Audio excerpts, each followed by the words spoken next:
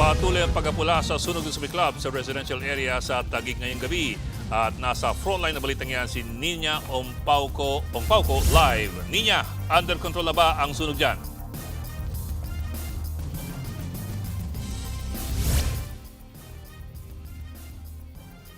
Santa Ana, Taguig City. At kung mapapansin natin, kanina lamang ay hinihinera ang mga bumbero para tuluyang apulahin ang sunog dito.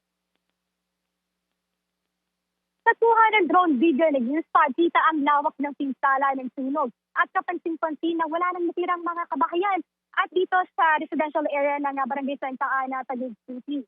Makapal at maitim na usok ang sumiklab sa residential area sa Barangay Santa Ana dito, alas 6 ngayong gabi. Sa ibang video ng netizens, kita ang lawak ng sunog na katabi lang ng ilog. Ang mga residente walang nagawa habang nasusunog ang kanilang mga kabahayan.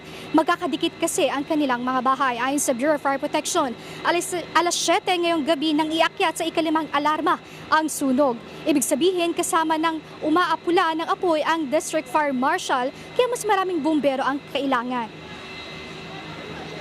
Sa ngayon, alam pa natin ang ilang kabahayan na ang tuluyang nasunog at sa ngayon sa inisyal na investigasyon ng Bureau of Fire Protection na abot sa 400 pamilya ang nasunugan. Alam pa natin kung pa ang bilang ng mga ito.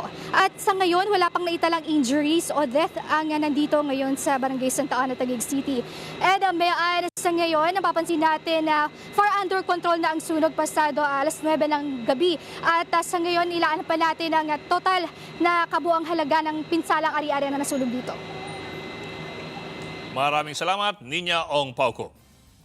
Mga kapatid, Ed Lingaw po, maging maalam at may pakialam sa mga napapanahong balita sa ating bansa.